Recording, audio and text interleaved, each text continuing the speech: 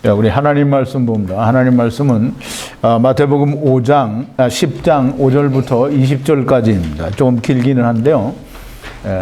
한 절씩 제가 한 절 읽고 여러분도 한 절 읽고 교독하겠습니다. 우리 그 마지막 20절은 16절까지만 프린트를 했네요. 20절까지 1번부터 했으니까 맞아요. 5절부터 20절까지입니다. 네. 네? 엄청 길어. 길는 것 같은데. 네.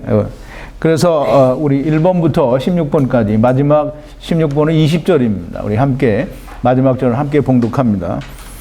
예수께서 12를 내어 보내시며 명하여 가라사대 이방인의 길로도 가지 말고 사마리아인의 고을에도 들어가지 말고 차라리 이스라엘의 집에 잃어버린 양에게로 가라. 가면서 전파하여 말하되 천국이 가까웠다 하고 병든 자를 고치며 죽은 자를 살리며 문둥이를 깨끗이 하며 귀신을 쫓아내되 너희가 거저 받았으니 거저 주어라. 너희 전대에 금이나 은이나 동이나 가지지 말고 여행을 위하여 주머니나 두벌 옷이나 신이나 지팡이를 가지지 말라. 이는 일꾼이 저먹을 것을 받는 것이 마땅하니라. 아무 성이나 촌에 들어가든지 그 중에 합당한 자를 찾아내어 너희 떠나기까지 거기서 머물라. 또 그 집에 들어가면서 평안하기를 빌라. 그 집이 이에 합당하면 너희 빈 평안이 거기 임할 것이요 만일 합당치 아니하면 그 평안이 너희에게 돌아올 것이니라. 누구든지 너희를 영접도 아니하고 너희 말을 듣지도 아니하거든 그 집이나 성에서 나가 너희 발에 먼지를 떨어 버리라. 내가 진실로 너희에게 이르노니 심판날에 소돔과 고모라 땅이 그 성보다 견디기 쉬우리라. 보라 내가 너희를 보냄이 양을 이리 가운데 보냄과 같도다. 그러므로 너희는 뱀같이 지혜롭고 비둘기같이 순결하라. 사람들을 삼가라. 저희가 너희를 공회에 넘겨주겠고 저희 회당에서 채찍질하리라. 또 너희가 나를 인하여 총독들과 임금들에게 끌려가리니 이는 저희와 이방인들에게 증거가 되게 하려 하심이니라.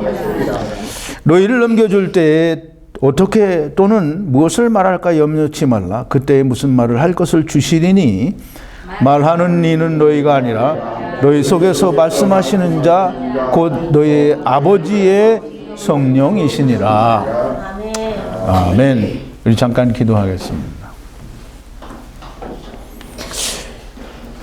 사랑의 아버지 하나님 참 감사합니다. 우리는 육신을 가지고 이 땅에 살면서 이해할 수 없는 일들이 수없이 많이 있기도 하지만 또 하나님의 말씀도 그리 쉽게 이해되지 않는 참으로 어려운 말씀이 너무 많습니다. 아버지 하나님께서 저희들에게 지혜를 주시고 하늘로부터 내리는 성령을 물붓듯이 부어주셔서 하나님의 말씀을 듣고 묵상할 때에 잘 깨달아지고 이해되어지고 또 믿어지고 또 영혼의 깊은 곳에 기록되어지고 새겨지게 하여 주셔서 저희들에게 생명의 빛이 되게 하여 주시옵소서. 로고스 교회 성도들뿐만 아니라 동영상을 듣는 모든 하나님의 말씀을 사모하는 자들에게 하나님이여 동일한 은혜로 함께하여 주시옵소서. 예수님의 이름으로 기도하옵나이다. 아멘. 오늘은 마태복음 10장 5절부터 20절까지 있는 예수님께서 12제자를 택하셔서 이스라엘 땅에 가서 천국이 가까웠다라고 하는 말씀을 증거하라고 하시는 그 가운데 내가 너희를 보내는 것이 양을 이리 가운데 보냄과 같도다. 그러므로 너희는 뱀같이 지혜롭고 또 비둘기같이 순결하라 하신 그 말씀을 우리가 주제로 해서 뱀같이 지혜롭고 비둘기같이 순결하라라는 그런 제목으로 우리가 함께 은혜를 나누고자 합니다. 근데 이제 참 이해가 되지 않고 우리가 잘 해석이 되지 않아서 참 납득하기 어려운 부분이 이 부분입니다. 뱀같이 지혜롭고 비둘기같이 순결하라 그랬어요.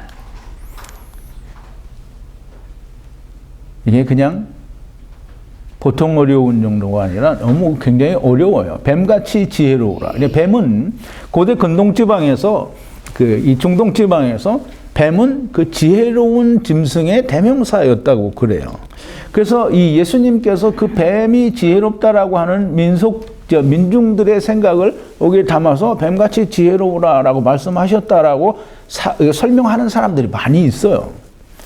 그런데 뱀같이, 그러니까 예수님이 하나님 말씀을 증거하러 오시고 하나님 나라를 선포하기 위해서 오신 분이 세상 사람들이 가지고 있는 편견을 교훈이라고 우리에게 주었다라고 말을 하면 그건 하나님을 정말 희롱하는 거죠. 말이 안 되는 얘기를 하는 거예요. 고대 근동지방에 뱀이 지혜로운 짐승으로 사람들이 인식을 했거나 말거나 그것은 상관이 없는 거예요. 예수님께서 말씀하신 의도를 우리가 알아야 됩니다. 사람들이 뱀같이 지혜로우라고 하니까 사람들이 이제 여러분들이 인터넷에서 뱀같이 지혜로우라라는 그런 어떤 제목을 탁 치시면 수없이 많은 목사님들의 뱀같이 지혜로우라는 그 설교가 나옵니다. 근데 한결같이 그 뱀같이 지혜로우라는 말은 예수님이 말씀하신 내용은 단 한마디도 얘기하지 않아요. 근데 어떤 분들은 그 얘기를 해요. 요한복음 3장 14절에 광야에서 뱀이 높이 들린 것처럼 예수님도 높이 들려야 한다라고 하고, 그래서 예수님이 뱀이다라고 그렇게 얘기를 해요. 틀린 말은 아니에요. 근데 이제 우리가 그 말씀을 이해를 해야 되는 거예요.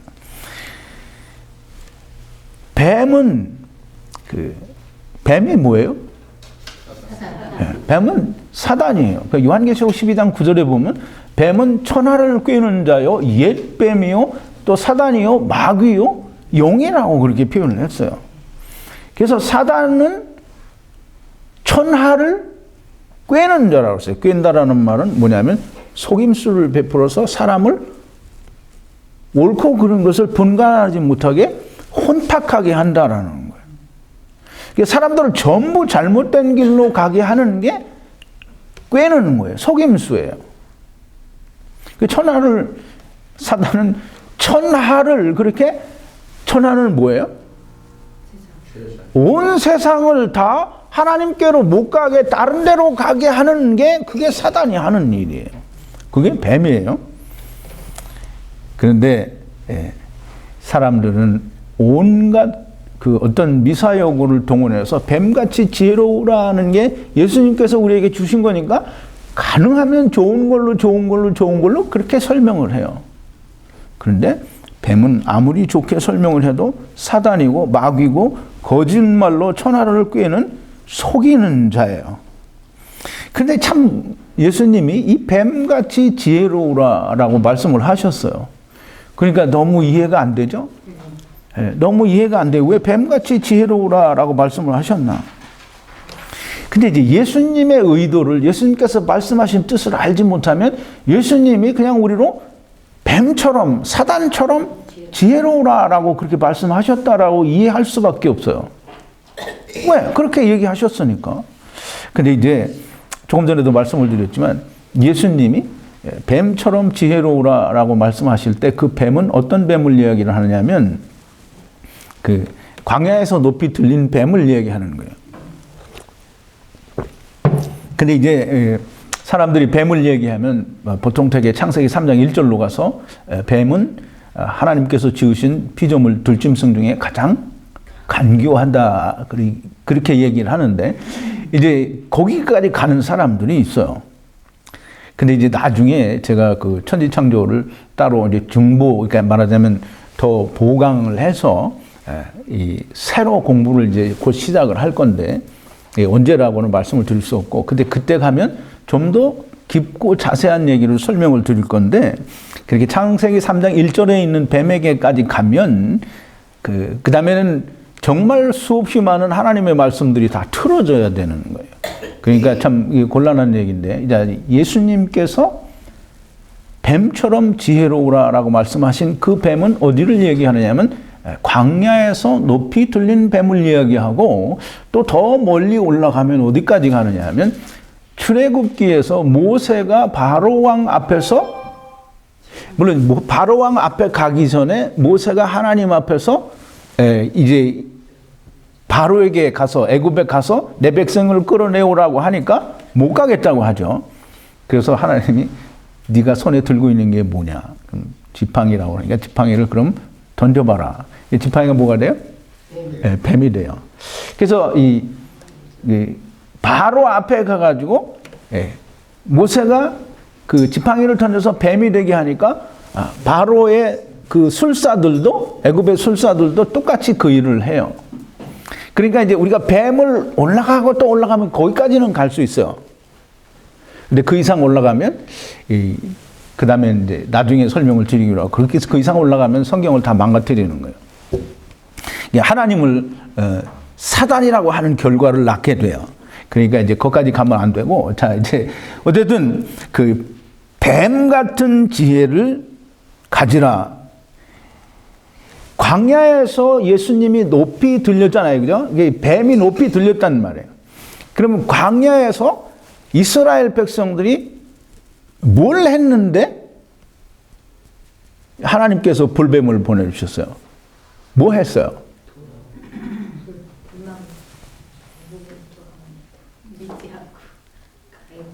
하나님 말씀을 믿지 않는. 그게 뭐라고 얘기를 하면 그냥 답을 못해, 그렇게. 답을 못해.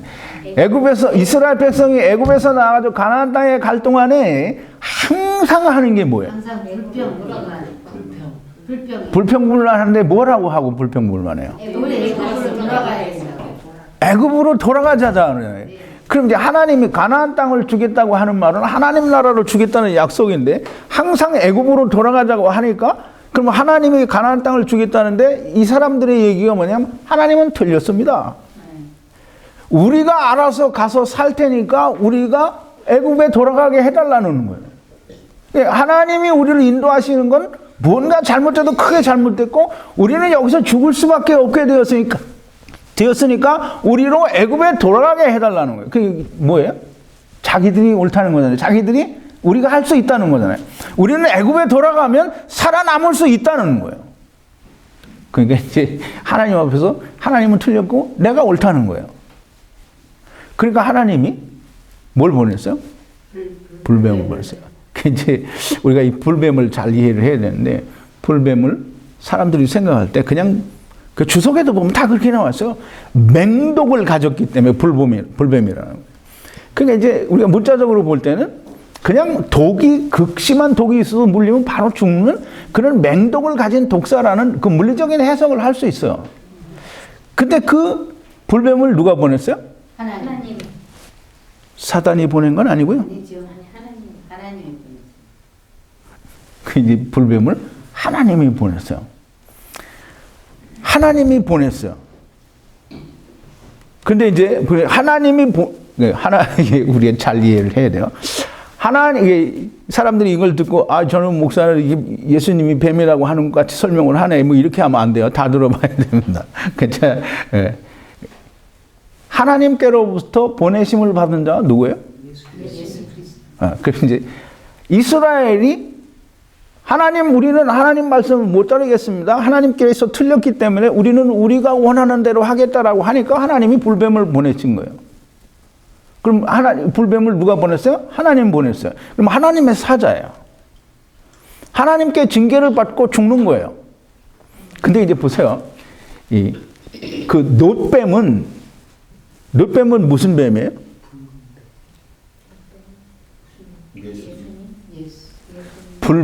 놋뱀은 불뱀의 복사판이에요. 네. 불뱀을 똑같이 만들어서 높이 달았어요. 그래서 그걸 보면 누구든지 살아요. 그래서 이 불뱀은 뭐냐면 하나님의 사자로 이스라엘을 징계하시고 다시 살려주는 뱀이에요. 그러면 이스라엘을 징계하시고 다시 살려주는 분이 누구예요? 예수님이에요. 자, 이제 우리가 그걸 잘 이해를 해야 돼요. 자, 보세요.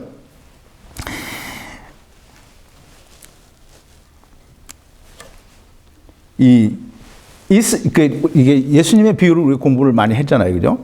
그래서 이제 곡식이 익으면 낯을 대나니 그 이제 공부를 했어요. 마가복음 우리 4장에서 분명히 공부했죠.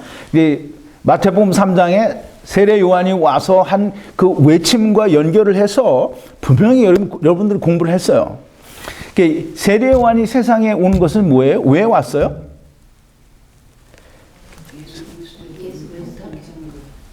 이제 그건 이제 그 예수님의 길을 평탄케 하고 그러는 거는 이제 물론 맞아요. 근데 이제 그게 아니고 이 세례 요한이 이스라엘에 온 것은 이스라엘의 율법의 때를 마감하기 위해서 온 거예요. 그래서 율법과 선지자는 요한의 때까지라고 말을 하는 거예요. 그럼 율법이 이제 끝났다라고 하면 말은 곧 무슨 말이에요? 그리스도가 온다는 얘기죠. 그럼 이제 율법을 그 시한이 다 됐어요. 그래서 율법이 마감이 됐어. 그러면 율법을 잘 지켰는지 못 지켰는지에 대한 뭘 해야 돼요? 예? 뭐요? 판단. 그걸 해야 되는 거, 심판을 해야 되는 거예요. 그러니까 이스라엘이 율법을 잘 지켰냐, 못 지켰냐 하는 게 율법이 마감이 되니까 심판을 해야 되는데 그 심판주로 누가 왔어요? 예수님이 오셨어요. 그러니까 세례 요한이 외치는 거예요. 회개하라, 천국이 가까웠느니라. 그러니까 이제 회개하라는 말을 사람들이 전부 내가 뭐 죄졌으니까 회개해야 된다라고 하면 정말 성경을 개떡같이 알아듣고 한마디도 이해를 못하는 거예요. 회개하라. 이 율법을 너희가 다 이제 기한이 차서 세례 요한의 때까지 다 할 만큼 했어요. 그러니까 세례 요한은 이제 율법이 끝났으니까 심판이 왔다라고 하고 외치는 거예요. 그러니까 회개하라, 천국이 가까웠으니까 그 천국을 맞이하려면 회개에 합당한 열매를 맺으라라고 하는 거예요. 그래서 세례 요한이 뭐라 해요? 도끼자루가 나무 뿌리에 놓였으니 열매 맺지 못하는 나무마다 뿌리채 뽑힌다고 그랬어요. 그래서 불에 던지운다고 그랬어요. 그러니까 이스라엘에 대해서 지금 세례 요한이 선포를 하는 거예요. 율법은 끝났고 너희는 그 율법에 대한 심판을 받을 것이다 라고 해서 그래서 이제 마태복음 3장 12절이죠. 이게 12절 제가 5번인데요. 손에 키를 들고 자기의 타작마장을 정하게 하사 알곡은 모아 곳간에 들이고 쭉정이는 꺼지지 않는 불에 태우시리라. 이게 심판을 얘기하는 거예요. 근데 이제 이 심판, 세례 요한이 와서 이렇게 율법은 끝났고 너희는 심판을 받는다라고 채찍질을 하는 거예요. 세례 요한은 채찍질을 하러 온 거예요. 세례 요한이 불뱀이에요. 그래서 예수님이 무화과 나무를 왜 저주했다고 그랬죠? 왜 저주했어요? 열매가 없었어요. 무슨 열매가 없어요? 무화과 나무 열매가 없어서 무화과 나무를 저주했다. 뭐 맞아요. 그러면 무화과 나무를 저주한 건 누구를 저주한 거예요? 이스라엘을 저주한 거예요. 이스라엘에 뭐가 없어서 저주했어요? 조금 아까 얘기했잖아요. 세례 요한이 뭐 해라 그랬어요? 회개하라고 그랬는데 회개에 합당한 열매가 없다고 그랬어요. 그 회개에 합당한 열매를 공부를 했잖아요. 회개에 합당한 열매는 뭐예요? 생각 안 나요? 그래서 이거 공부를 다 새로 해야 돼. 그래서 될 수 있으면 동영상을 다 자꾸 지난 걸 보라고 하는데 참 질대로 안 봐요, 사람들이. 회개에 합당한 열매는 뭐냐면 내가 열심히 율법을 지켜서 해봤었는데 돼요, 안 돼요? 안 돼요. 그럼 안 되니까 어떻게 하라는 거예요? 꼭 이렇게 멀리 간다니까? 안 되니까 어떻게 하라는 거예요? 안 되니까 포기하라는 거예요. 그 망대를 세우는 자, 전쟁을 하려는 자가 자기를 부인하지 아니하면 그리고 자기 십자가를 지고 예수님을 따라오지 않으면 안 된다라고 얘기하셨잖아요. 그 망대를 세우려는 자가 그냥 자기가 계획을 했다가 막 무작위로 시작을 하면 결국은 어떻게 되겠어요? 못하는 거죠? 그러니까 그러면 포기하라는 거예요. 지금 이제 율법을 이제까지 너희들이 잘 이렇게 지키려고 해봤는데 율법은 이제 끝났다는 거예요. 율법은 세례 요한의 때까지라고 말씀하셨어요. 그럼 끝이라는 말이에요. 그럼 율법에 대해서 모든 기회를 주었는데 못했어요. 그럼 어떻게 하라는 거예요? 포기하라. 그럼 포기하면 어떻게 돼요? 포기하면 예수님. 근데 사람들은 포기하면 그러면 이제 뭐 그러면 끝인 줄 알아요. 이게 포기하면 누가 제일 먼저 알아요? 하나님. 하나님 제일 먼저 알아요. 그럼 이게 제가 지난 금요일 날도 얘기했을 거예요. 다니엘이 금식 기도를 하기로 시작을 하고 이제 마음을 먹고 기도를 하려고 하는데 이미 하늘에서는 가브리엘 천사에게 하나님이 명령을 내렸어요. 다니엘에게 가서 이걸 전하라. 그럼 다니엘이 금식 기도하고 받았어요? 아니면 금식 기도하기 전에 받았어요? 금식 기도하기 전. 그 금식 기도하기 전에 받았어요. 그러니까 하나님은 다 알아요. 다 아시는데 이 하나님이 이스라엘에게 기대를 하신 그 기대, 회개에 합당한 열매가 없었어요. 그러니까 그 회개에 합당한 열매를 맺은 자들이 누구예요?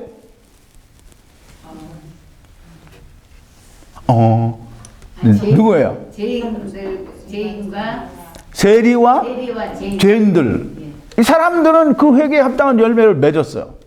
그러니까 예수님이 세리와 같이 먹고 마시고. 이제 좀 있으면 다음 주나 그 예수님 비유 가운데 그 장터 아이들에 대한 비유가 있는데 이제 그것도 이제 할 거예요.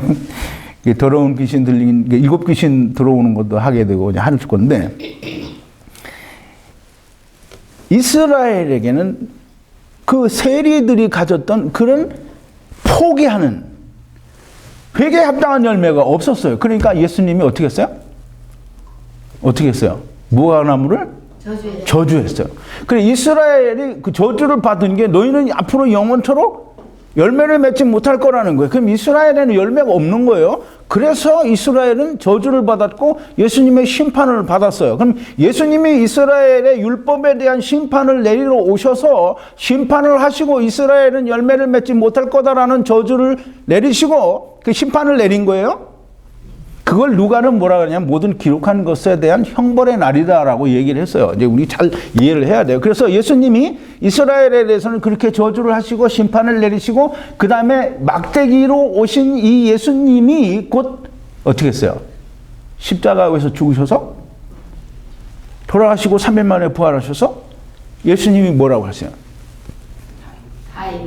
다 이루었다. 그런데 이제 보세요. 다 이루었어요. 다 이루었는데 이 이스라엘에 대한 이해를 우리가 해야 돼요.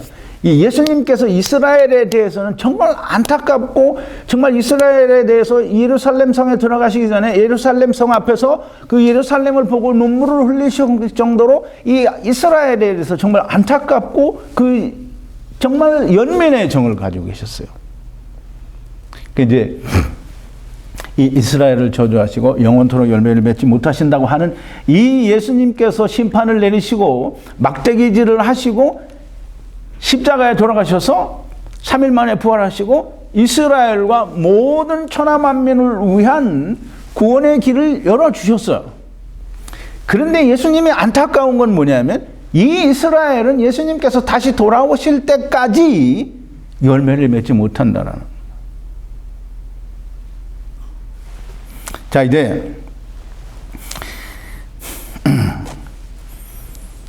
예수님께서는 이스라엘을 막대기질을 하시고 채찍질을 하시고 그 다음에 이스라엘을 위해서 또 천하 만민을 위해서 돌아가셨다가 다시 살아나셔서 장대 위에 높이 들린 거예요. 그러니까 이스라엘을 위해서는 높이 들리지 않으셨고 오직 천하 만민을 그러니까 이방인만을 위해서 높이 들리신 게 아니에요.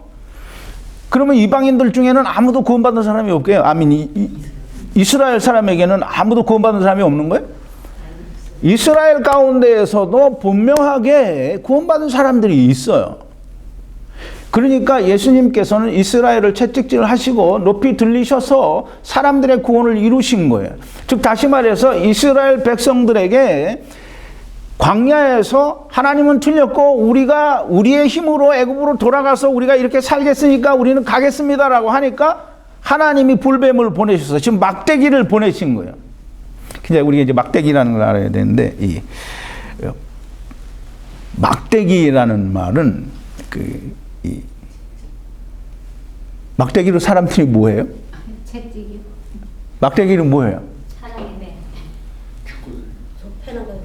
좁히는 거예요? 예, 막대기는 이제 사람을 이렇게 체벌하죠. 이 때린다는 거예요. 채찍질하고 때려서 그걸 고치는 거예요. 그 막대기는 또 다른 뜻이 있는데 이스라엘은 몇 지파가 있어요? 12지파가 있어요. 근데 지파의 우두머리가 지팡이를 항상 가지고 다녀요. 그래서 그 지팡이가 그게 막대기예요.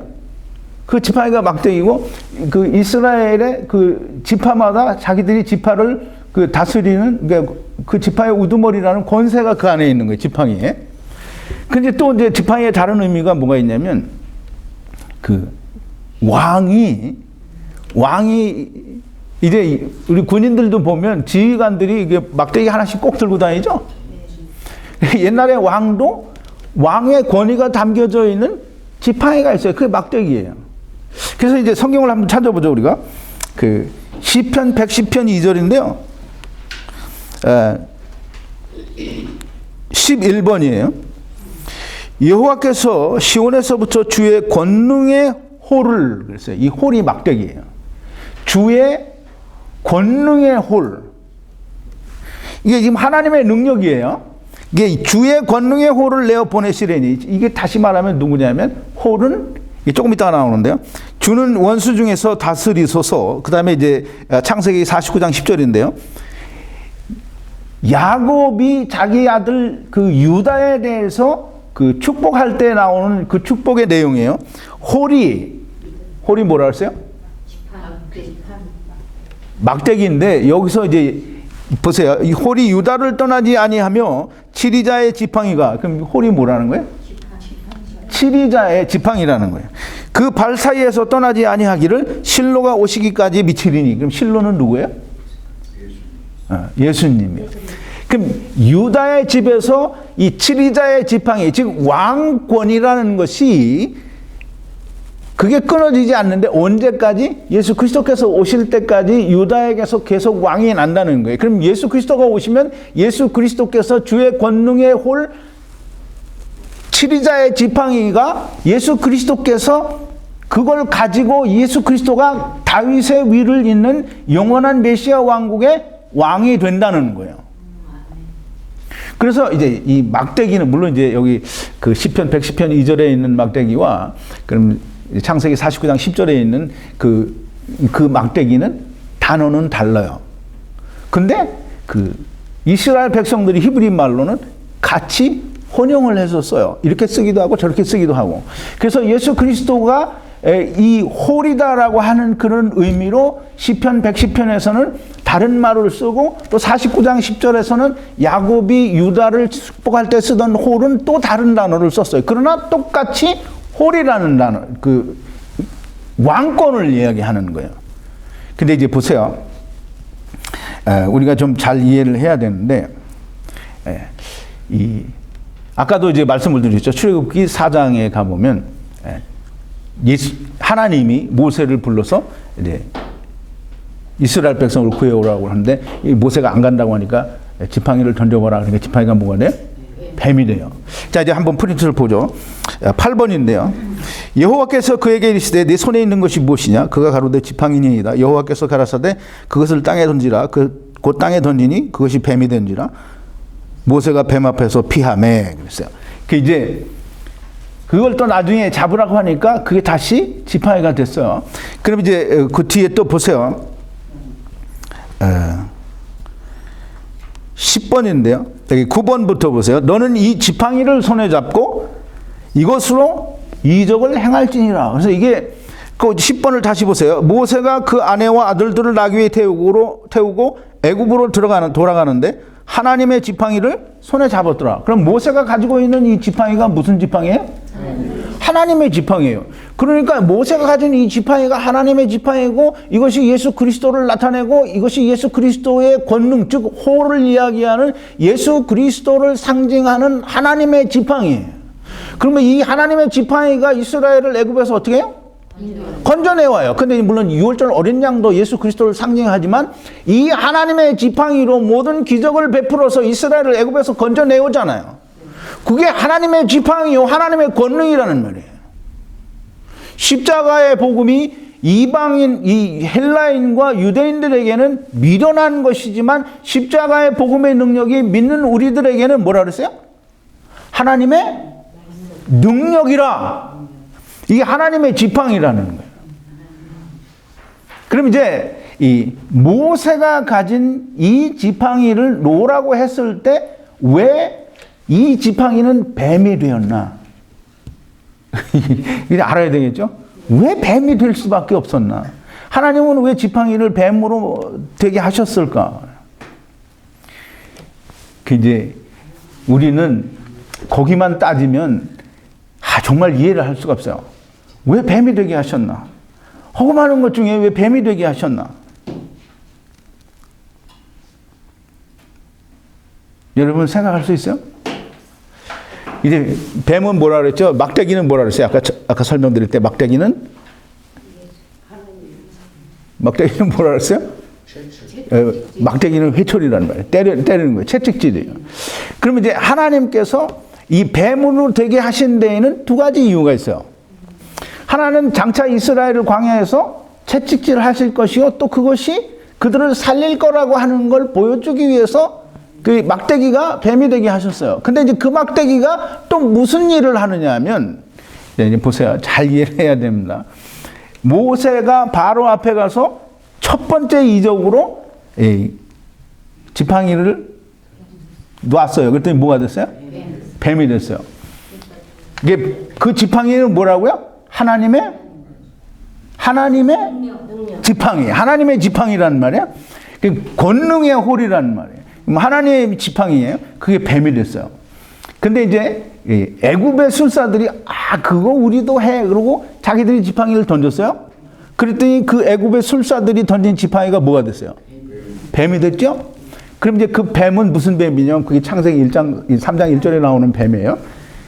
그 뱀을 왜 그게 그 뱀이냐 하면 뱀은 애굽 신은 누구예요?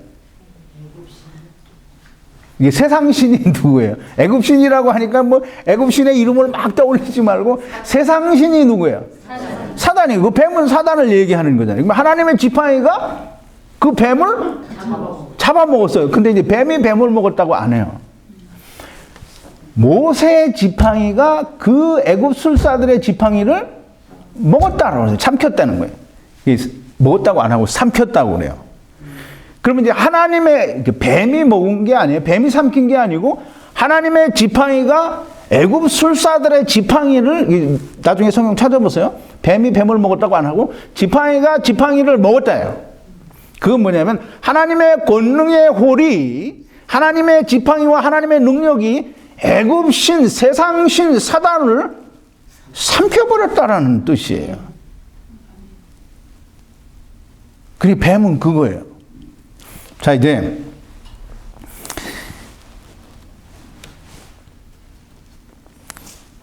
하나님은 징계만 하시는, 뭐 잘못하면 무조건 애굽에서 나와가지고 가나안 땅을 향해서 가다가 애굽에 대해서 그리워하고 하면 무조건 다 죽죠. 다 죽어요.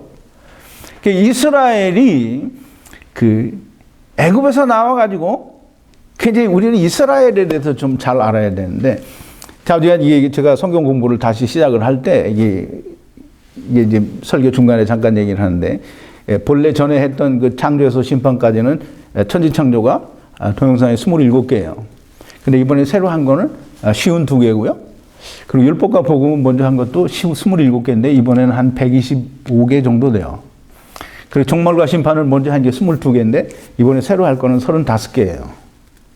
그러니까 이제 이번에는 정말 디테일하게 자세하게 여러분들이 가진 궁금증을 모두 해결해서 다 공부를 해요, 새로. 제가 어떻게든지 그 동영상을 끊고 사람들이 지난 동영상을 좀 보기를 바랬는데 아무리 생각해봐도 볼 것 같지가 않아.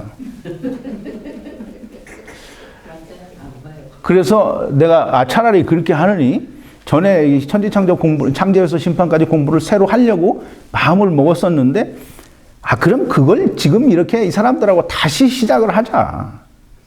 이제 그렇게 하는 게 더 나을 것 같아서 그 공부를 할 거예요. 근데 이제 그 공부를 하는 도중에 정말 많은 것들이 여러분들이 배우게 돼요. 그러면 그때는 정말 다 배우고 나면 정말 여러분들이 스스로 여러분들의 말로 사람들에게 복음을 전할 수 있을 거예요. 정말 그렇게 될 수 있으리라고 믿습니다. 여러분 또 동영상을 보시는 분들이 꼭 그렇게 같이 따라와서 공부를 해주시면 이제 한 가지 옛날에 처음에 초창기에 저하고 공부하던 사람들이 다 좋다고 하고는 중간에 뭐가 삐졌는지 다 갔어요. 그리고 뭐 2년쯤 있다가 와가지고 뭐 거기다 또 댓글을 남기고 뭐 그래요. 근데 이제 이미 다 그 2, 3년 사이에 성경의 모든 걸 다 얘기를 했는데 그 처음 들은 걸 가지고 또 다 이제 질문을 하는 거예요. 근데 너무 황당하죠? 그래서 이제 그런 사람들은 다 이게 차단을 하겠습니다. 했던 거 다시 물어보고, 다시 설명해달라고 하고, 또 설명을 하지 않고 이렇게 동영상 보라니까, 뭐 혹시나 했더니 역시나라고 그러면서 뭐 이상한 소리를 하더라고. 그러니까, 제발 그런 사람들은 오지 마시고, 제발 그때는 참 없었지만 지금은 뭐 사람들이 많이 구독을 했으니까, 구독하시는 분들은 제발 그 창조에서 심판까지를 시작하면 끝까지 잘 따라오셔서 정말 이제 이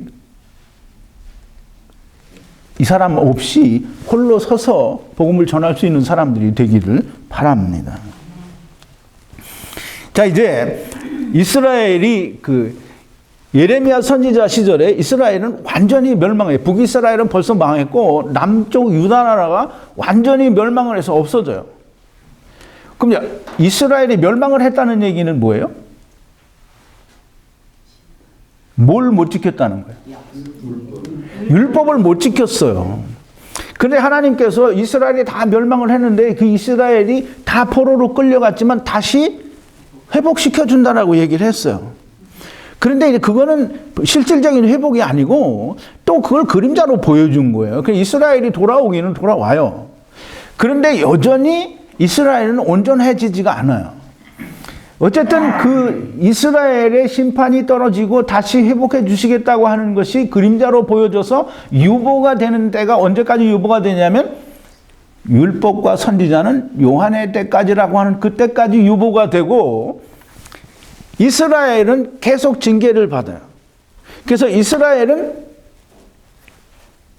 예레미야 선지자 때 완전히 유다가 멸망하면서 없어지고 나중에 이제 예수님 때 완전히 멸망돼서 완전히 흩어져서 흔적도 없어지고 뭐 2500여 년 동안이나 나라가 없이 살았던 이스라엘이 되는 거예요. 근데 그 이스라엘이 살아났다고 사람들은 기적이라고 하는데 절대 기적이 아니고 그것은 하나님과 상관이 없는 일이라는 걸 이미 공부를 했어요. 여러분들 잘 이해를 하시기를 바랍니다. 어쨌든 하나님은 그렇게 다 물리치셨어요. 다 심판을 내리고 저주를 하셨어요. 이스라엘은 다 버렸단 말이에요. 왜 버렸을까요? 왜 버렸는지 좀 이따 얘기를 하기로 하고. 이 예수님께서는, 하나님께서는 이스라엘을 징계해서 버리시지만 그냥 버리시는 분이 아닌 거예요. 이제 우리 호세아서를 한번 보죠. 호세아서 6장 2절인데요. 이제 프린트 뒷면으로 가셔야 될 거예요. 16번인데요. 하나님께서는 이스라엘이 하나님의 말씀을 듣지 않고 열매를 맺지 못하니까 이게 다 징계를 하셔요. 징계를 하시는데 호세아 선지자를 통해서 이 마지막 때 다시 얘기를 하시는 거예요. 이스라엘아 오라. 우리가 여호와께로 돌아가자. 지금 이스라엘 백성들이 하나님 앞에 이렇게 이제 얘기를 한다는 거예요. 여호와께서 우리를 찢으셨으나 도로 낫게 하실 것이요 우리를 치셨으나 싸매어 주실 것임이라. 여호와께서 이틀 후에 우리를 살리시며 제3일에 우리를 일으키시리니 우리가 그 앞에서 살리라. 그럼 이제 하나님께서 호세아 선지자를 통해서 이스라엘이 회개하면 살려주신다라는 얘기를 하는 거예요. 이게 이스라엘을 하나님께서 치시고 찢으시고 상처를 내셨지만 다시 싸매시고 살려주신다라는 거예요. 이게 하나님은 징계를 하시지만 그 징계가 영원한 게 아니고, 그래서 제가 영원을 설명할 때 그런 설명을 했죠. 하나님께서 우리에게 주시는 징계의 영원은 끝이 있다. 끝이 있다. 그렇지만 우리를 하나님께서 축복 주시는 그 영원은 끝이 없다. 그러니까 우리 그걸 잘 이해를 해야 돼요. 하나님께서 이스라엘을 징계를 하셨으나 이스라엘이 영원토록 열매를 맺지 못한다는 말은 예수님께서 오실 때까지 열매를 맺지 못한다는 말이지 이스라엘은 완전히 없어진다는 말이 아니라는 말이에요. 자, 이제 이 예수님께서 하나님께서 이스라엘을 징계하신 그 징계의 막대기로, 즉 다시 말하면 불뱀은 하나님이 보내셨다라는 거예요. 하나님이 보내신 건 하나님이 사단을 보내서, 물론 이제 하나님이 이스라엘을 치실 때 이웃 나라를 들어서 치실 때도 있어요. 근데 이스라엘을 지금 치시는데, 채찍질 하시는데 사단의 힘을 빌어서 채찍질 하는 거 말이 안 되는 거예요. 그러니까 하나님께서는 채찍질 하시는데 뭘로 채찍질 하시냐면 하나님의 사랑으로 채찍질 하시는 거예요. 즉 다시 말하면 하나님의 권능의 능력의 지팡이로 채찍질 하시고, 그 권능의 능력의 지팡이로 이스라엘을 다시 살리는 거예요. 근데 궁극적으로는 이스라엘만 살리는 게 아니라 천하 만민을 살리는 게 되는 거예요. 그래서 이제 보세요.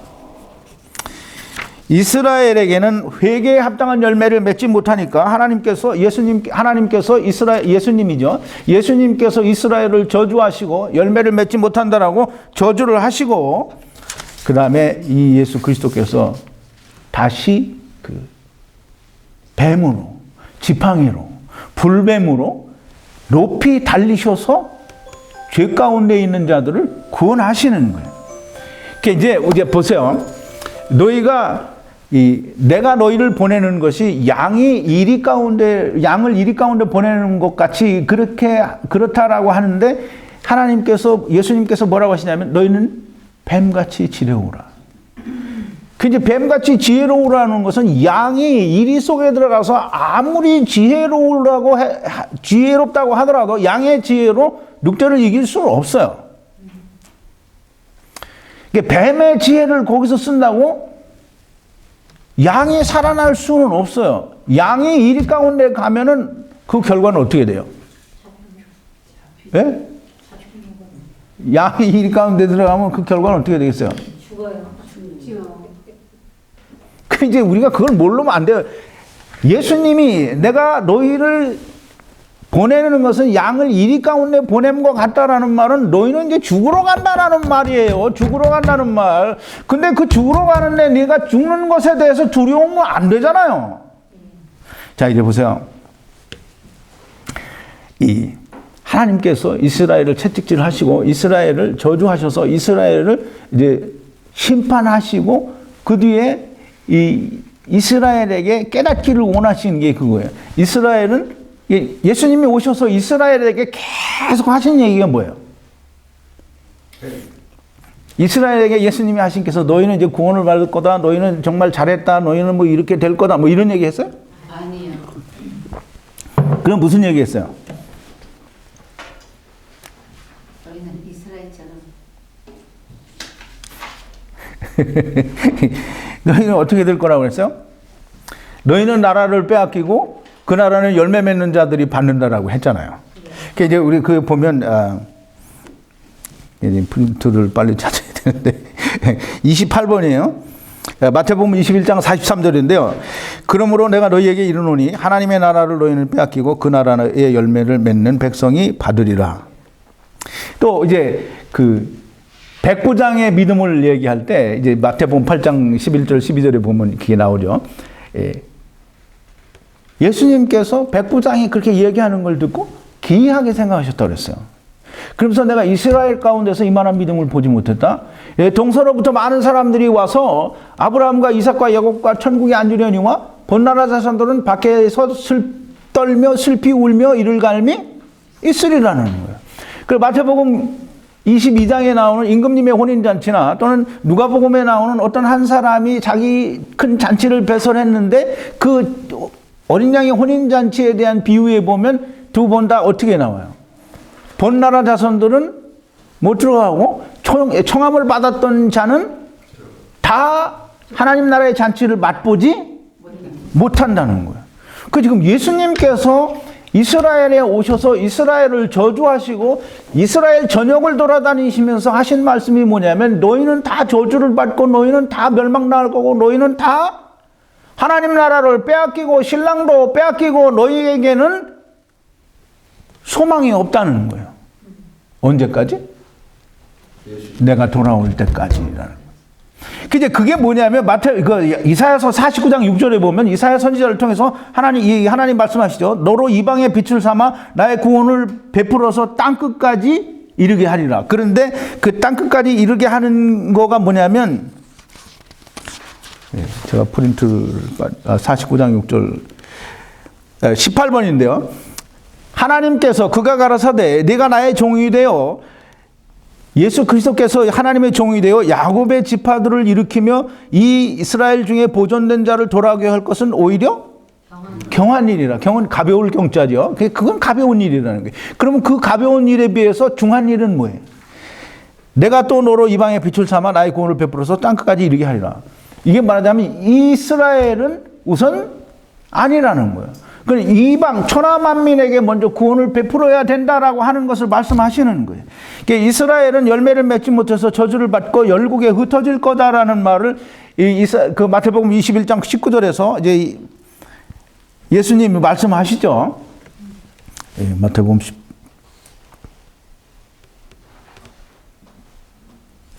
앞장에 있나 본데 프린트가 6번인데요. 이 무화과 나무를 저주한 내용인데요. 무화과 나무를 예수님께서 저주하셨어요. 영원토록 열매를 맺지 못한다는 거예요. 그러면서 예수님께서 그 그러니까 아모스 선지자를 통해서 하나님께서 이렇게 말씀하시죠. 아모스 9장 11절 12절인데요.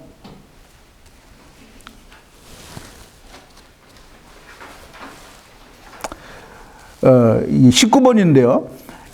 이스라엘은 아모스 선지자가 활동을 할 때는 이스라엘은 이미 멸망을 해서 이 유다 나라도 멸망을 하고 이미 다 포로 생활을 하고 있을 때 그날에 이 하나님께서 이스라엘에게 약속을 하시는 거예요. 그날에 내가 이스라엘 나라를 회복하는 그날에 내가 다윗의 무너진 장막을 일으키고 그 틈을 막으며 쇠락한 것을 일으켜서 옛적과 같이 세우고 저희로 남은 자와 내 이름으로 일컫는 만국을 기업으로 얻게 하리라. 이를 행하시는 여호와의 말씀이니라. 지금 하나님께서 예수 그리스도가 이후에 내가 돌아와서 이스라엘의 무너진 장막과 지파들을 돌아오게 한다는 거예요. 그 이후에 돌아와서 한다는 이유는 뭐냐면 저희로 에돔의 남은 자와 내 이름으로 일컫는 만국 천하 만민들을 기업으로 얻게 하리라. 이를 행하시는 여호와의 말씀이니라. 이렇게 얘기를 하는 거예요. 그러면 이제 이게 무슨 얘기냐면 이스라엘이 예수님 돌아오실 때까지 열매를 맺지 못하고 버림을 받는 이유는 뭐냐면 이스라엘의 남은 자들과 에돔의 남은 자들, 즉 천하 만민들로 하여금 구원에 이르게 하기 위해서 이스라엘은 그동안에 열매를 맺지 못한다라는 거예요. 그래서 그걸 이제 이 성경에서 먼저 말하기를 뭐라 하냐면 예수님 하나님께서 아브라함에게 뭐라고 얘기했어요. 창세기 12장 1절부터 3절까지인데요.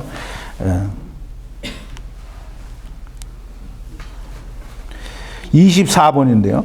여호와께서 아브라함에게 이르시되 너는 너의 본토 친척 아비집을 떠나 내가 네게 지시할 땅으로 가라. 내가 너로 큰 민족을 이루고 네게 복을 주어 네 이름을 창대케 하리니 너는 복의 근원이 될지라. 너를 축복하는 자에게는 내가 복을 내리고 너를 저주하는 자에게는 내가 저주하리니 땅의 모든 족속이 너를 인하여 복을 얻을 것임이니라. 또 창세기 22장 18절인데요. 또 네 씨로 말미암아 천하 만민이 복을 얻으리니 이는 네가 나의 말을 준행하였음이니라 하셨다 하니라 그랬어요. 하나님께서 이스라엘 민족이 형성이 되기도 전에 먼저 아브라함에게 약속하신 게 뭐냐면 아브라함이 천하 만민, 즉 온 세상 사람들의 복의 근원이 된다는 거예요. 즉 다시 말하면 그건 이스라엘을 포함하는 거죠. 그러니까 이스라엘과 온 세상 사람들이 아브라함이 구원받은 것 같이 모든 사람들이 다 똑같이 믿음으로 구원을 얻겠다라는 거를 이 안에 담아서 다 말씀하시는 거예요. 창세기 22장 28절에 아브라함이 무슨 시험을 받죠? 이삭을 바치라 그래요. 이삭을 바치니까 이제 하나님이 아브라함이 믿은 그 믿음을 아브라함이 뭘 믿었어요? 약속. 네? 하나님 약속을. 그 약속이 뭐예요? 씨의 약속. 씨의 약속. 좀 잘 말해봐요. 이삭에서 나는 자라야 내 씨라 하리라. 그럼 하나님이 약속을 그렇게 했어요. 그럼 이삭을 죽이면 이삭의 씨가 나와야 안 나와요? 안 나와요. 그러면 하나님이시라면 이삭을 살릴 수도 있다라는 생각을 하겠어요, 안 하겠어요? 그러니까 하나님이 이삭에게서 씨를 주시려면 다시 살려야 된다라고 믿은 거예요. 그래서 이삭을 잡으려고 한 거예요. 그러니까 하나님이 이 아브라함이 하나님 말씀하신 약속을 믿었다라는 거를 하나님이 그때서야 알았대요. 근데 사실은 하나님 그 전에 다 알았죠. 그러니까 이제 아브라함의 믿음을 세상 사람들에게 보여주기 위해서 꺼내는 거예요.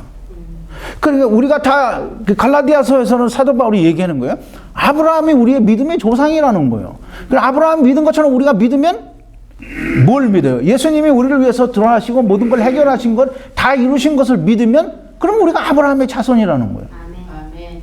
근데 사람들은 다 자기를 믿죠. 아직도 예수님을 안 믿어요. 자, 이제 보세요. 사도 바울이 이제 에베소서를 공부하면 에베소서에도 사도 바울이 하나님 나라에 불려가서 하나님께로부터 받은 계시와 그 비밀에 대해서 얘기를 하는데 그 비밀이 뭐냐면 이스라엘이 먼저가 아니고 이방인에게 복음을 먼저 전하는 게 그게 비밀이라는 거예요. 그건 에베소서에 나와요. 이제 공부를 할 때 공부를 할 거예요. 그래서 이 사도 바울이 로마서 11장 25절, 26절에서 이 이야기를 하는 거예요. 이방인의 충만한 수가 차기까지 이스라엘의 더러는 완악하게 되는 거라고 말씀하시는 이유가 뭐냐면 이 하나님께서 아브라함으로 말미암아 천하 만민을 구원하시겠다는 구원의 약속이 먼저 이루어져야 되기 때문에 이스라엘은 일단 그 후로 넘어갔다라는 얘기를 하는 거예요. 그래서 이제 우리가 잘 알아야 되는 게 예수님이 세상에 오셨어요. 그래서 이제 누가복음에서는 그 얘기를 하죠. 예수님이 안식일날 회당에 들어가서 하나님 말씀 책을 달라고 하니까 이사야서를 받았어요. 그 이사야서를 받아서 읽은 데가 어디냐면 이사야서 61장 1절 2절을 읽고 예수님이 뭐라고 하냐면 여호와 하나님의 은혜의 해를 전하게 하려 함이니라. 뭐가 빠졌어요? 이게 이사야서 61장 2절에는 뭐냐면 여호와 하나님의 은혜의 해와 신혼의 날을 전파하기 위해서.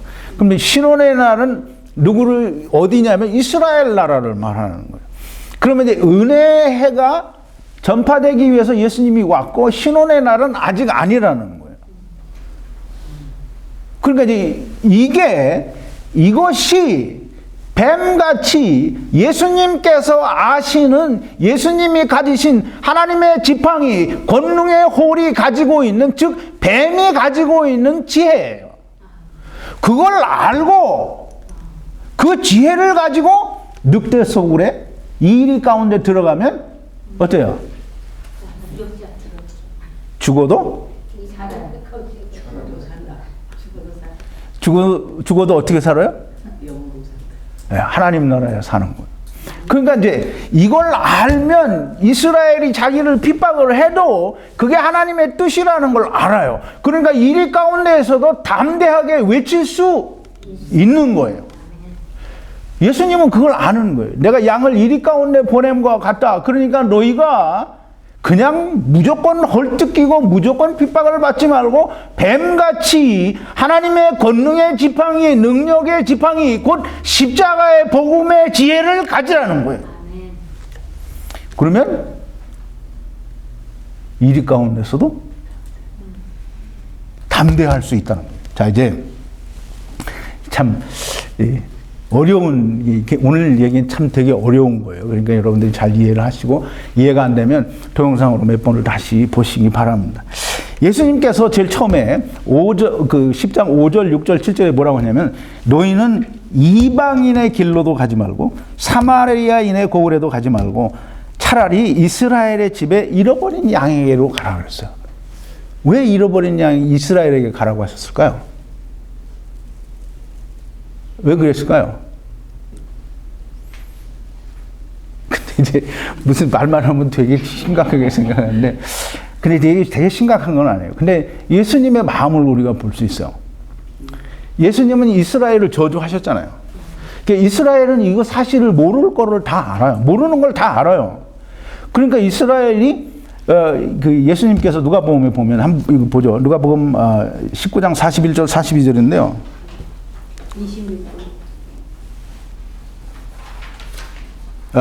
26번이에요. 예루살렘에 들어가실 때 성에 가까이 오사 성을 보시고 우시며 가라사대 너도 오늘날 평화에 관한 일을 알았다면, 예수 그리스도께서 오셔서 하나님과 화목하게 해주는 그 평화의 일을 알았다라면 좋았을 뻔하였거니와 지금은 내 눈에 숨기었도다 그랬어요. 이스라엘을 택하시고 이스라엘 가운데 나셔서 이스라엘을 하나님의 어떤 그 세상을 위한 작은 세상으로 모델 케이스로 선택을 받은 이스라엘이 예수님을 저주하고 예수님을 십자가에 못 박는 이런 일들을 행할 것을 아시고 그 이스라엘에 대해서 눈물을 흘리신 거예요. 그러니까 예수님이 너희는 이방인에게도 가지 마. 그 얘기하니까 그럼 이방인은 구원하지 말라는 거냐. 근데 그 말이 아니에요. 이방인에게 가지 말고 사마리아인에도 가지 말고 차라리 잃어버린 이스라엘의 양들에게 가라는 거예요. 그 지금 예수님께서 이스라엘을 너무 사랑하셔서 너무 안타까워서 이스라엘을 먼저 가라는 거예요. 이게 나중에 누가복음에 보면 예수님이 70인의 제자를 택하셔서 또 보내요. 그리고 예수님이 이 12제자를 택해서 보내신 그것은 마태복음에 기록을 했지만 70인에 대해서는 기록하지 않았어요.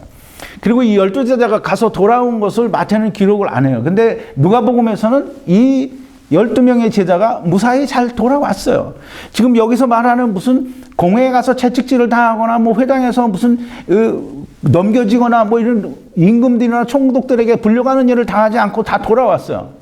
그러니까 지금 이 예수님께서 이야기하는 이 얘기는 예수님 제자 12명이 지금 나갔다 돌아올 때 일어날 일을 말한 거예요? 아니면 그 후에 일어날 일을 말한 거예요? 거기 그 물어보고 자꾸 깊이 생각을 하죠. 예수님의 제자들이 누가복음에서는 다 무사히 돌아왔어요. 그러니까 예수님이 이 얘기를 하시는 거는 가서 공회에 끌려가게 되고 채찍질을 맞고 총독들과 임금들에게 불려가서 그런 많은 핍박을 받게 될 거는 예수 그리스도께서 가신 후에 성령님이 오셔서 이 사람들이 이리들 가운데 늑대들 가운데 가서 복음을 전하게 될 때 일어날 일에 대해서 이야기하시는 거예요. 그럴 때 너희가 이 그리스도의 지혜, 즉 하나님의 지팡이의 지혜를 가지고 있어야 복음을 전할 수 있다라는 거예요. 그런데 그 지팡이의 그 가르침이 뭐냐면 그 지팡이 하나님의 그 지팡이의 지혜, 뱀의 지혜, 그걸 가진 사람은 어떻게 이방 그 총독들과 임금들 앞에서 또는 공회에서 어떻게 증거했는지 그 증거를 우리가 보자고요. 그 마태복음 21장 43절인데요.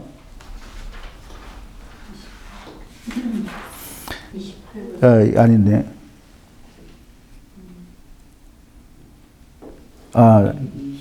사도행전 4장 11절이네요. 34번인데요. 이 베드로와 요한 이 제자들이 그 유대인들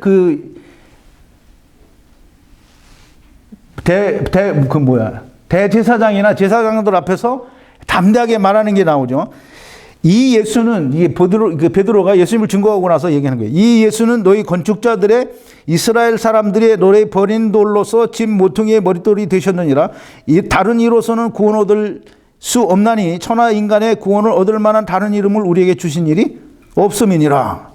또 35번에는 그 베드로와 요한을 잡아다가 이제 예수 그리스도의 이름을 말하지도 말고 증거하지도 말라 그래요. 그랬더니 그들을 불러 경계하여 도무지 예수 이름으로 말하지도 말고 가르치지도 말라 하니 베드로와 요한이 대답하여 가로되 하나님 앞에서 너희 말을 듣는 것이 하나님 말씀을 듣는 것보다 옳은가 판단하라. 우리는 보고 들은 것을 말하지 아니할 수 없다 하니. 그래서 이게 이제 보세요.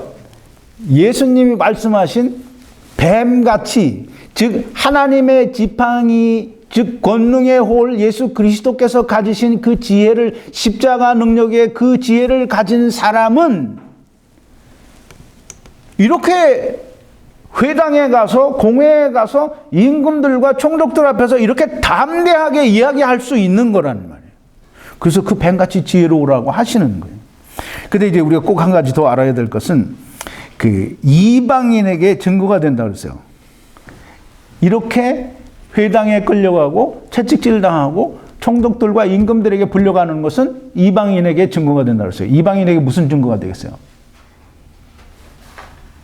이제 거기 보세요. 마태복음 21장 43절인데요. 그 28번이요. 그러므로 내가 너희에게 이르노니 하나님의 나라를 너희는 빼앗기고 그 나라의 열매 맺는 백성이 받으리라 그랬어요.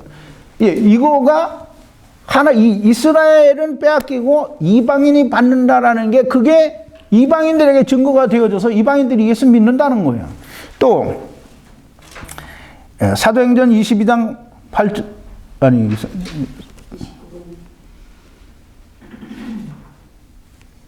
그게 마태복음 22장 8절인데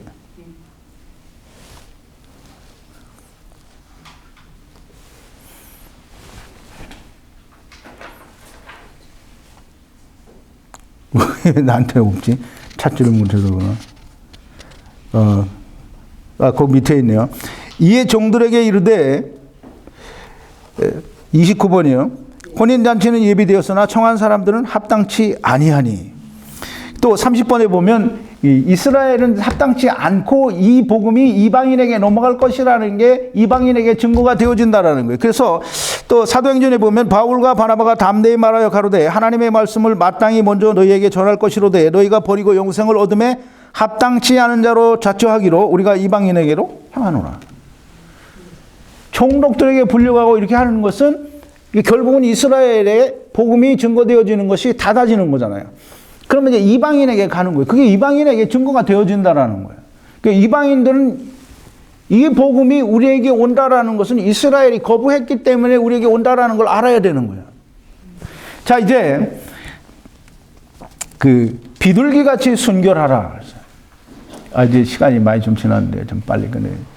그 비둘기같이 순결하라. 이게 비둘기같이 순결하라는 건 뭐 비둘기 같은 비둘기가 뭐 새가 어떤 이거 미련하고 무슨 어떤 비둘기가 그렇게 순결해요? 비둘기는 참 더러워요.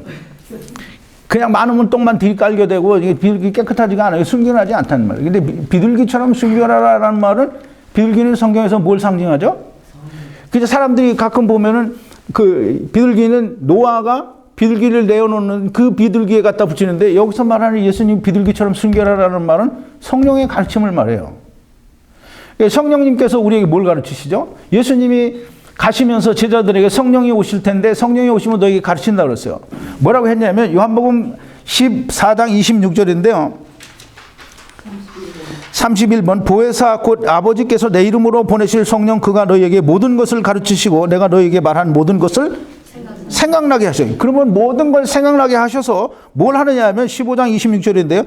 내가 아버지께로서 너에게 보낼 보혜사 곧 아버지께로서 나오시는 성령의 진리의 성령이 오실 때 그가 나를 어떻게 해요? 증거한다는 거예요. 성령이 오셔서 모든 걸 다 알게 하시고 깨닫게 하시고 예수 그리스도를 증거한다는 거예요. 그럼 예수 그리스도를 증거하는데 뭘 증거하느냐? 그게 요한복음 16장 7절에서 11절까지인데요. 8절부터 제가 프린트를 했는데요. 그가 와서 성령님께서 오셔서 이거 이제 공부했어요. 죄에 대하여, 의에 대하여, 심판에 대하여 세상을 책망하시리라. 죄에 대하여라 하면 저가 나를 믿지 아니하며 의에 대하여라 하면 내가 아버지께로 가니 너희가 나를 다시 보지 못하며 심판에 대하여라 하면 이 세상 임금이 이미 심판을 받았음이니라. 이거 다 공부했는데 지금 다시 이거 설명하면 시간이 많이 가니까 이제 다시 찾아서 보시든지 여러분 지금 기억을 더듬으시고 성령님께서 오셔서 증거하시는 것은 예수 그리스도께서 우리의 모든 것을 가져가셨으니 이제는 우리가 더 이상 죄인이 아니라는 것과 예수님이 하나님 앞에 앉아 계시니까 우리가 이 예수 그리스도께서 우리를 의롭다고 하신다라는 것과 이 예수 그리스도가 오셨다 가셨으므로 이 세상 임금은 이제 그 기한이 끝났고 모든 것이 끝났다라는 거예요. 단지 예수님께서 오실 동안에 이방에게 복음이 증거되어지는 일만 남고 그것만 기다리는 거지 이제 때가 차시면 예수님께서 오실 때 이 세상 임금은 이미 판단을 받아서 심판받은 거예요. 자, 이제 아까 말씀을 드렸죠. 이 성령님께서 가르치시는 그 가르치심에 어떠한 것도 조금도 눈꼽만큼이라도 섞이면 안 된다라는 말이 무슨 말이냐면 순결하라는 거예요. 순결하라니까 무슨 내가 나를 깨끗하게 하고 순결하다라는 건 pure, 어떤 게 섞이지 않은 그걸 말해요. 그러니까 성령의 가르침 속에, 즉 예수 그리스도의 증거 속에 어떠한 것도 섞이지 않아야 된다는 거예요. 그러니까 하나님 말씀하시잖아요. 하나님의 말씀에, 예언의 말씀에 어떤 것이라도가 가감하면 어떻게 저주를 받는다고 했잖아요. 그런데 사람들은 어떻게 해요? 예수 그리스도 이외에 정말 많은 것들을 얹고 또 얹고, 우선 이스라엘이 율법에다가 얹어서 하나님께서 주신 율법 이외에도 수없이 많은 것들이 자기들이 지켜야 할 규례가 되어 있는 거예요. 사람의 교훈을 얼마나 많이 더했는지 몰라요. 그러니까 오늘날 이 교회도 예수 그리스도께서 모든 걸 이루셔서 이제 율법을 폐했다라고 사도 바울이 공공연하게 얘기해요. 복음으로도 다 설명을 했어요. 그런데도 불구하고 세상은 이 율법을 지켜야 된다고 하고 예수 그리스도께서 이루신 그 모든 걸 부인하고 여전히 율법을 더하고 또 더해서 요즘에는 교회들마다 절기 다 지키고 구약에서 말하는 절기를 다 끄집어다 지키는 거예요. 그럼 이제 비둘기처럼 그게 순결한 거예요? 아니에요. 자, 이제 시간이 많이 가서 더 하고 싶어서 이제 그만해야 될 것 같은데, 뱀같이 지혜로우라. 인터넷 한번 검색해 보세요. 뱀같이 지혜로우라. 사람들이 뭐라고 하는지.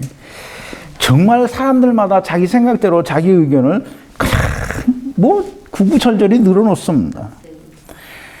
근데 사람들이 그렇게 이야기하는 대로 하는 것은 그냥 예수님을 뱀 만드는 거예요. 예수님이 뱀 따라 하라고 했으니까 뱀 따라 하는 거예요. 성경을 제대로 이해를 못하면 예수님을 뱀이라고 하고 사단의 하수인으로 만드는 겁니다. 예수님께서 너희가 뱀같이 지혜로우라라는 그 말을 세상의 사람들이 말하는 그런 의도로 너희가 뱀같이 지혜로우라 이렇게 얘기하셨을까요? 지금 예수님이 너희가 뱀같이 지혜로우라는 것은 하나님의 뜻, 예수 그리스도를 믿고 그리스도로 말미암아 하나님 나라에 들어가는 지혜를 알라는 거예요. 그 지혜를 가지고 늑대 곁에 가도 아무 문제가 없어요. 이 베드로와 요한처럼 정말 총독들과 임금 앞에서 대제사장 앞에서 정말 한치의 오차도 없이 그냥 담대하게 예수 그리스도를 증거할 수 있는 거예요. 예수님이 지금 그 얘기 하시는 거예요. 자, 아까 말씀을 드린 대로 동영상은 계속 올라갈 겁니다. 제가 지난 금요일 날 동영상을 계속 올리겠다고 했더니 그 댓글을 좋다고 댓글을 남기신 분들이 많이 있습니다. 어쨌든 뭐 어떤 특정한 사람들 좋으라고가 아니라 오늘 이 말씀을 준비하면서 세상에서는 너무 거짓말이 많아서 이걸 깨닫고 나니까 이걸 입을 다물고 있으면 안 된다. 이게 다시 동영상을 올려야 된다라고 하는 그런 결정적인 생각을 갖게 된 게 이 뱀같이 지혜로우며 비둘기처럼 순결하라 이 말씀을 준비하면서 그런 생각을 갖게 됐어요. 어쨌든 주님 오시는 날까지 뭐 내가 그때까지 있을는지는 모르겠지만 좌우지간 한번 그 목숨이 다하는 날까지 같이 가보자고요. 자, 기도하시겠습니다. 거룩하신 여호와 아버지 하나님, 감사와 찬송과 영광을 돌립니다.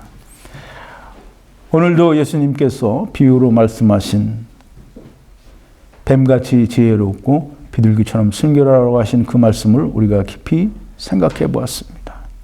하나님 우리를 깨닫게 하시고 또 우리에게 하나님의 비밀을 알려주시니 우리가 이 하나님의 참 진리의 말씀을 우리의 마음 깊은 곳에 깊이 새길 수 있게 하시고 아버지 잊지 않게 해주시며 아버지 하나님 다른 사람들에게 설명할 수도 있게 하나님께서 은혜를 베풀어 주시옵소서. 너희가 총독들과 임금들 앞에 또 사람들 앞에 설 때에 무슨 말을 할까 걱정하지 말라고 하셨고 성령께서 말씀하게 하신다고 하셨사오니 아버지 성령께서 말씀하시게 하려면 제가 알아야 되지 않겠습니까?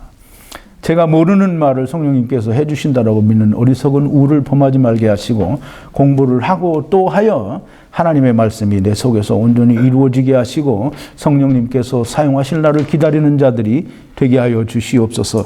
예수님의 이름으로 기도하옵나이다. 아멘.